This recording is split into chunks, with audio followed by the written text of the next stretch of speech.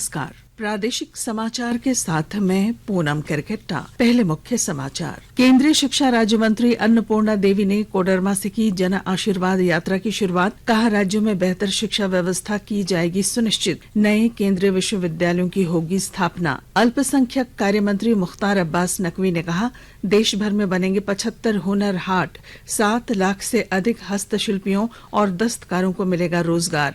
75 अमृत महोत्सव पार्कों का भी होगा निर्माण। परिवहन मंत्री चंपई सोरेन ने कहा, राज्य के दिव्यांगों को दिए जाएंगे बैटरी से संचालित व्हील चेयर और ट्राईसाइकिल। इस योजना को शुरू करने के लिए उच्च स्तर पर जारी है बातचीत। और मौसम विभाग ने जताई, राज्य भर में अगले 3 दिनों तक हल्के से मध्यम दर्जे की बारिश होने की संभावना। मेघ गर्जन के साथ साथ वज्रपात की भी चेतावनी। और अब समाचारों में आगे बढ़ने से पहले जरूरी संदेश। देश भर में 18 वर्ष से अधिक आयु के सभी लोगों के लिए सरकारी केंद्रों में निःशुल्क टीकाकरण अभियान चलाया जा रहा है। हमारे युवा श्रोताओं से अपील है कि वे कोविड रोधी टीका जरूर लगवाएं और दूसरों को भी इसके लिए प्रेरित और सहयोग करें। कोरोना महामारी के प्रति आप कोई भी लापरवाही न बरतें, क्योंकि कोरोना अब भी हमारे लिए बड़ा खतरा बना हुआ है। जब तक आवश्यक न हो घर से बाहर न निकलें और इन आसान उपायों का पालन करें।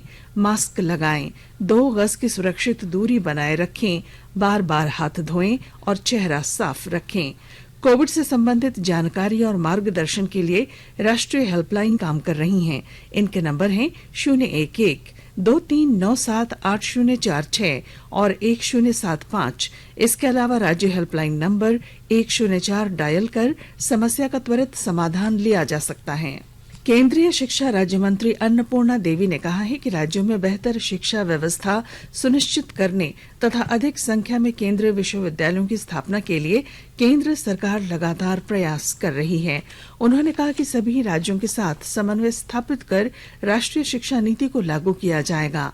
श्रीमती अन्नपूर्णा आज कोडरमा जिले के चाराडीह से भारतीय जनता पार्टी की जन आशीर्वाद यात्रा शुरू करने के पूर्व पत्रकारों से बातचीत कर रही थीं।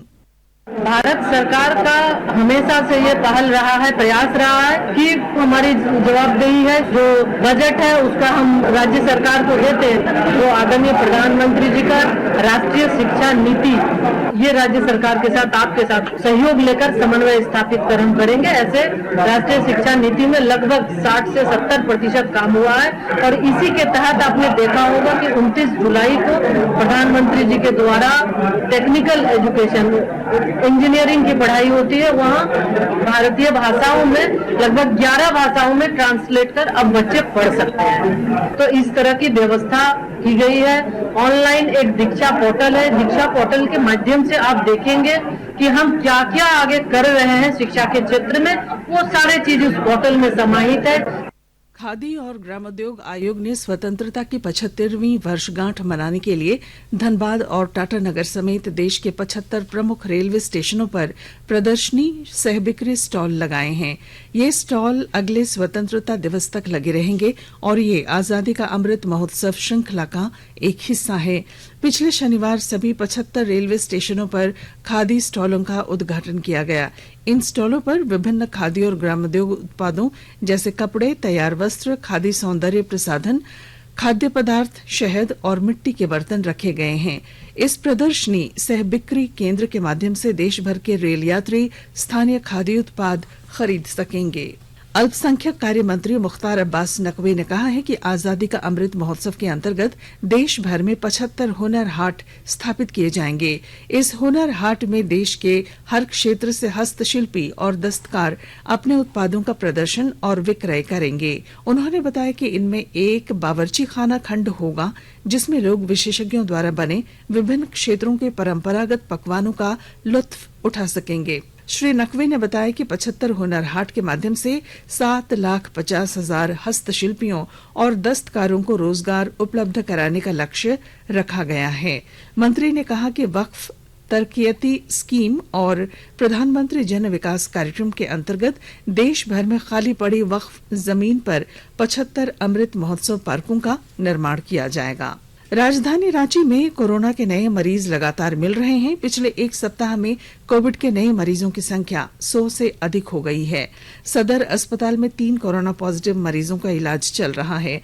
शहर के सभी अस्पतालों को स्वास्थ्य विभाग ने अलर्ट रहने के आदेश दिए हैं। स्वास्थ्य मंत्रालय ने कहा है कि अब तक राज्यों और केंद्र शासित प्रदेशों को 56 करोड़ 81 लाख से अधिक कोविड रोधी टीके उपलब्ध कराए गए हैं। मंत्रालय ने कहा है कि 2 करोड़ 89 लाख से अधिक टीके अभी भी राज्यों और केंद्र शासित प्रदेशों तथा निजी अस्पतालों के पास उपलब्ध हैं।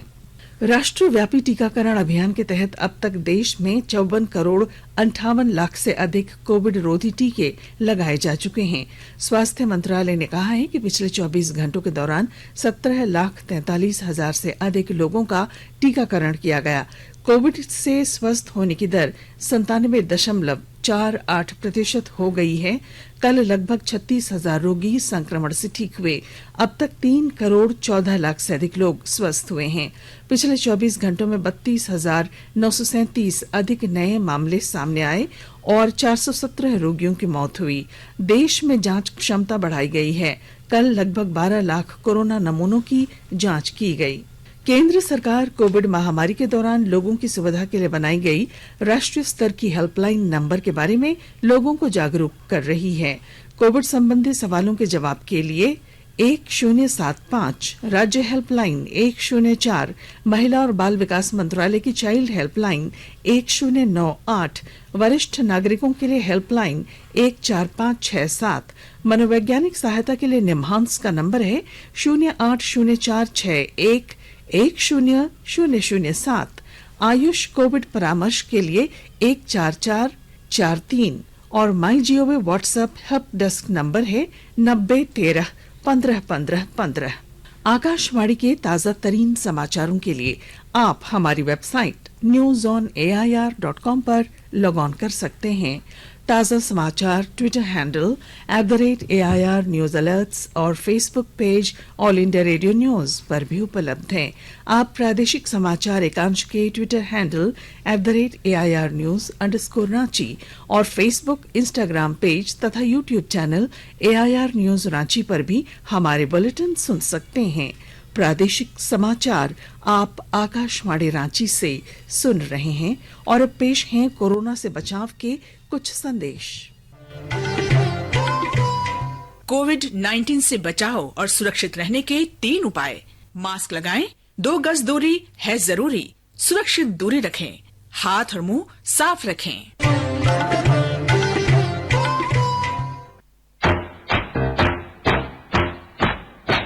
चलो मिलकर एक शुरुआत करें, चलो एक फैसला आज करें, मास्क नहीं तो टोकेंगे, कोरोना को रोकेंगे, चलो एक वादा करते हैं, चलो कुछ वादा करते हैं, मास्क नहीं तो टोकेंगे, कोरोना को रोकेंगे। भारत सरकार द्वारा जनहित में जारी। प्रादेशिक समाचार में आपका फिर स्वागत है। अनुसूचित जनजाति, अनुसूचित जाति और पिछड़ा वर्ग कल्याण मंत्री चंपई सोरेन ने कहा है कि दिव्यांगों के लिए जल्द ही बैटरी से संचालित व्हील चेयर और ट्राईसाइकिल की व्यवस्था की जाएगी। इसके लिए उच्च स्तर पर बातचीत जारी है। श्री सोरेन आज सरायकेला जिले में दिव्यांगों के बीच यंत्र वितरण कार्यक्रम को संबोधित कर रहे थे।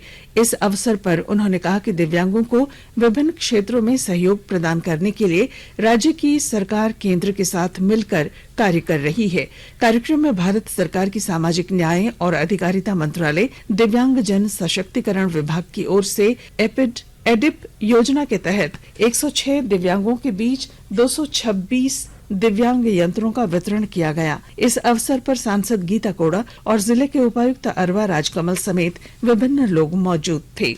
सूचना और प्रसारण मंत्री अनुराग ठाकुर, जल शक्ति मंत्री गजेंद्र सिंह शेखावत और जल शक्ति राज्य मंत्री प्रहलाद सिंह पटेल ने आज रग रग में गंगा कार्यक्रम के सीजन 2 का शुभारंभ किया। इसका पहला एपिसोड इस महीने की 21 तारीख से दूरदर्शन पर प्रसारित किया जाएगा। इस अवसर पर सूचना और प्रसारण मंत्री अनुराग ठाकुर ने कहा कि लॉकडाउन के दौरान रामायण और महाभारत धारावाहिक दर्शकों के बीच बहुत लोकप्रिय हुए थे, क्योंकि ये लोगों को अपनी विरासत से जोड़ते थे। उन्होंने कहा कि रग रग में गंगा सीजन 1 को भी बड़ी संख्या में दर्शकों ने देखा। सूचना और प्रसारण मंत्रालय ने जन भागीदारी और जन आंदोलन की भावना के तहत आजादी का अमृत महोत्सव मनाने के लिए कई कार्यक्रमों की एक श्रृंखला तैयार की है। इसका उद्देश्य नए भारत में बलिदान और देशभक्ति की भावना का स्मरण सुनिश्चित करना है। प्रादेशिक समाचार एकांश रांची भी 18 अगस्त से आजादी का अमृत महोत्सव क्विज का आयोजन कर रहा है। आजादी के 75 वर्षों का पर्व अमृत महोत्सव, आइए हम मनाएं आकाशवाणी समाचार रांची के साथ आजादी का अमृत महोत्सव। अमृत महोत्सव क्विज में स्वतंत्रता आंदोलन में झारखंड के योगदान पर आधारित प्रश्नों का सही उत्तर देकर बने अमृत महोत्सव क्विज के विजेता। 18 अगस्त से प्रत्येक बुधवार शाम 7 बजे प्रसारित होने वाले प्रादेशिक समाचार के दौरान पूछे गए प्रश्न का सही उत्तर देने वाले प्रथम 10 प्रतिभागियों में से लकी ड्रॉ द्वारा चुना हुआ एक प्रतिभागी इनाम का हकदार होगा। इसके लिए सुनते रहें आकाशवाणी रांची का प्रसारण।